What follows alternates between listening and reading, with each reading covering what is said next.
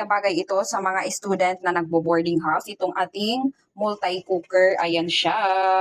Pwede kang magluto kahit walang gasol or sa laging nauubusan ng gasol katulad ko. Chares.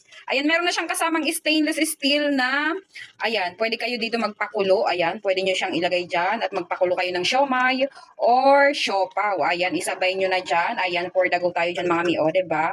All in na siya. Ayan, isasaksak nyo lang. Kuryente lamang po ang kailangan yan. And makakapagluto na tayo. Ayan, nagluluto na ako mga mi.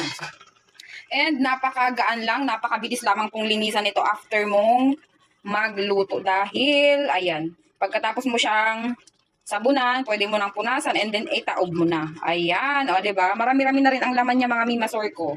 Ayan, marami-rami na din ang laman niya. Pakulo ko lang yung sayote. And pwede rin po kayo dito magsaing, pwede rin po kayong magluto na may sabaw. O, all in na siya. Multi-cooker na nga po. Ayan. For the go tayo mga mi. Ang ganda-ganda ng ating multi-cooker na ito. All in na siya. Kanin. Mag-steam kayo. Mag-adobo kayo dyan. Magluto kayo ng kanin. All in na siya mga mi. And napaka-handy. Napaka-affordable. Ayan.